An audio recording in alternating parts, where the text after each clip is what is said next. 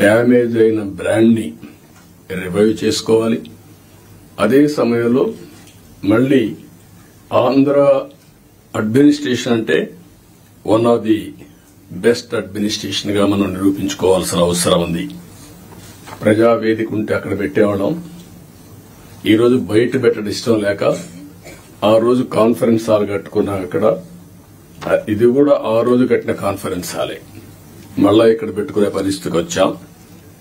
5 ఏళ్లు ఒక్క collectors conference పెట్టలేదు అంటే అడ్మినిస్ట్రేషన్ ఏ దిశగా నడిచిందో మనం గుర్తుపెట్టుకోవాల్సిన అవసరం ఉంది. ఇదొక ఆనవాయితీ. ఒక బెస్ట్ ప్రాక్టీస్ ఉన్నప్పుడు ఎవరు అధికారంలో ఉన్నా ప్రజలకు మంచి జరగాలంటే అలాంటి బెస్ట్ ప్రాక్టీసెస్ కూడా కాపాడుకుంటూ ముందుకు పోవాల్సిన అవసరం ఉంది. రాబోయే 3 నెలలకు ఒక్కసారి మనం కలెక్టర్స్ కాన్ఫరెన్స్ పెట్టుకుందాం. అయితే ఈ కలెక్టర్స్ కాన్ఫరెన్స్ కూడా గంటల తరబడి ఉండదు, రోజుల తరబడి ఉండదు, క్విక్ గా ఉంటుంది. నేను కూడా టైం చూసుకుంటున్నా. నాకు ఇచ్చిన 30 నిమిషాలు నేను కూడా పూర్తి చేయాల్సిన అవసరం ఉంది. ఈ మధ్య మీరందరూ చూస్తూ ఉంటారు, నేను మీటింగ్కి వచ్చినప్పుడు అర్ధగంట 45 నిమిషాలు 1 అవర్, మాక్సిమం పెద్ద మీటింగ్ ఉంటే 1.5 అవర్. ఒక్క నిమిషం లేట్ అయినా నేను లేచి వెళ్లిపోతున్నా. ప్రిపేర్ అయ్యి రాకపోతే వాళ్ళకే చెప్పేసి you are not up to the mark, మళ్లీ రమ్మంటున్నా. ఒక జవాబుదారీతనంతో పనిచేయాల్సిన అవసరం ఉంది. ఇక్కడ జీఎస్టీపీ మీరందరూ కూడా గుర్తుపెట్టుకోవాలి. కొన్ని శాఖలు రాష్ట్ర అభివృద్దికి దోహదం చేస్తాయి. ఎక్కడైతే జీఎస్టీపీ రాష్ట్ర ఆదాయానికి కోరిలేషన్ ఉంటుంది, అభివృద్ది జరిగితే ఆదాయం వస్తుంది, ఆదాయం వస్తే సంక్షేమ కార్యక్రమాలు చేస్తాం. ఈ విషయాన్ని కూడా మీరు గుర్తుపెట్టుకోవాల్సిన అవసరం ఉంది. పబ్లిక్ సాటిస్ఫాక్షన్, అభివృద్దితోనే పబ్లిక్ సాటిస్ఫాక్షన్ ఉండదు. ఆ విషయం కూడా గుర్తుపెట్టుకోవాలి. అభివృద్ది చెయ్యాలి, ప్రజలకు మెచ్చే పాలన ఇవ్వాలి.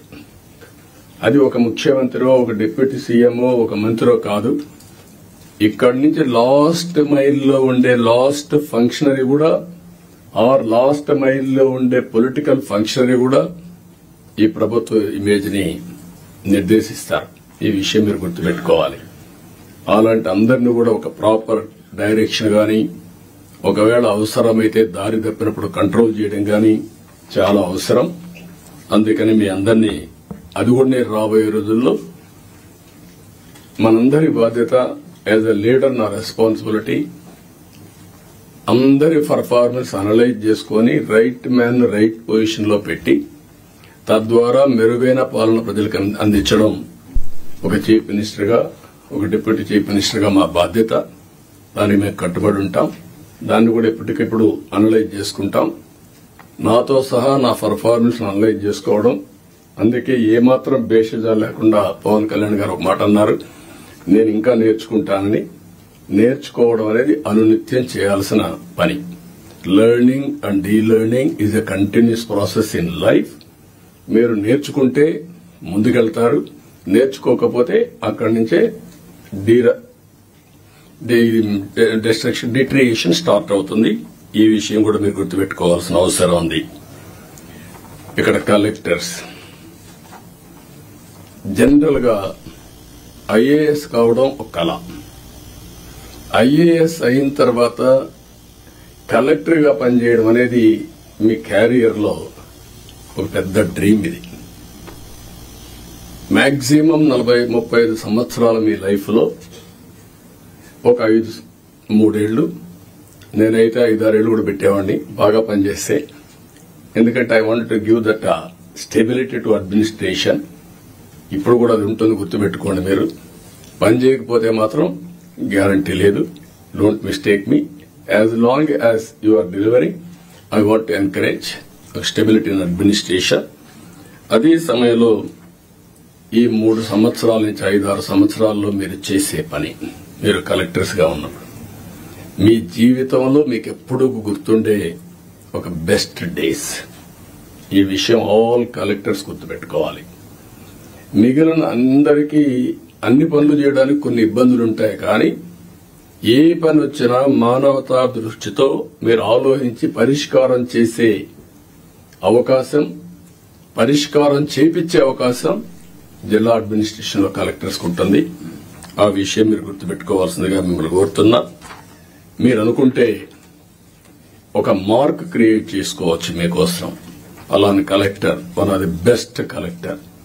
ఇటీవల మేము ఎప్పుడు ఇలాంటి కలెక్టర్ని చూడలేదు అని ఒక మార్క్ క్రియేట్ చేసుకునే పరిస్థితి వస్తుంది. దానికి మీరందరూ కూడా ఈ రోజు నుంచి ఆ సంకల్పం చేయడమే కాకుండా దాన్ని సాధించడం కోసం పనిచేయాల్సిందిగా నేను మిమ్మల్ని కోరుతున్నా.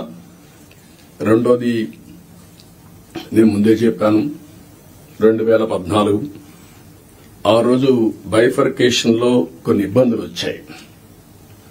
కానీ ఆ బైఫర్కేషన్ నుంచి కంటే కూడా 2019-24 అడ్మినిస్ట్రేషన్ వల్ల చాలా నష్టపోయాం.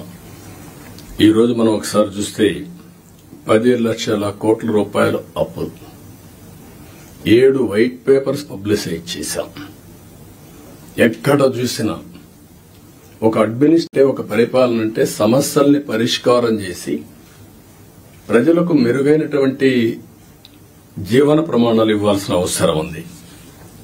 కానీ మొన్నే మీరు చూశారు ఎంత దారుణం అంటే, ఎక్కడికి పోయినా నేను పార్టీ ఆఫీస్కి వెళ్తే 3 గంటలు నాన్ స్టాపబుల్ పిటిషన్లు తీసుకుంటే ఒక 4,000 నుంచి 5,000 పిటిషన్లు వచ్చాయి. 5,000 పిటిషన్లో సగం పిటిషన్లు ల్యాండ్ రిలేటెడ్ ఇష్యూస్ వచ్చాయి. అంటే భూ సమస్యలే 50%. ఎవరు తప్పిది? ఎప్పుడు నా 14 సంవత్సరాల సర్వీస్లో గాని ఇంత విధ్వంసం, ఇంత భూ కబ్జాలు, ఇంత 22A మిస్యూజ్ చేయడం ఎప్పుడు నేను చూడలేదు. ఇప్పుడు ఏ రికార్డు చూసినా సస్పిషన్ తో చూసే పరిస్థితి వస్తా ఉంది. అంతవరకు వెళ్లిపోయే పరిస్థితి వచ్చింది. అందుకే ఫస్ట్ కేబినెట్ లోనే మేము ఏదైతే ల్యాండ్ టైటిలింగ్ యాక్ట్ ఉందో దాన్ని రద్దు చేశాం. సర్వేను కూడా హోల్డ్ లో పెట్టాం.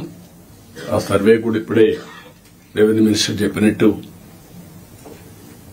ఎవడు ఊహించినటువంటి సర్వే రాళ్లు, దానికి కూడా Galaxy granite one of the best granite. భూమిలో పూడ్చే రాయికి ఇంట్లో వేసుకునే ఒక ఫ్యాన్సీ గెలాక్సీ గ్రెనైట్ పెట్టి దాని మీద ఫోటో వేసుకోవాలని ఆలోచన వచ్చిందంటే ఎంత దుర్మార్గమైన ఆలోచన అర్థం చేసుకోవాల్సిన అవసరం ఉంది మనందరం. ఇది సివిలైజ్డ్ వరల్డ్ ఎవరు క్షమించరు. ఇవన్నీ అలాంటివి చేశారు. ఇంకొక పక్కన పట్టాదారు పాస్ పుస్తకాల్లో ఫోటోలు వేసుకోవడం.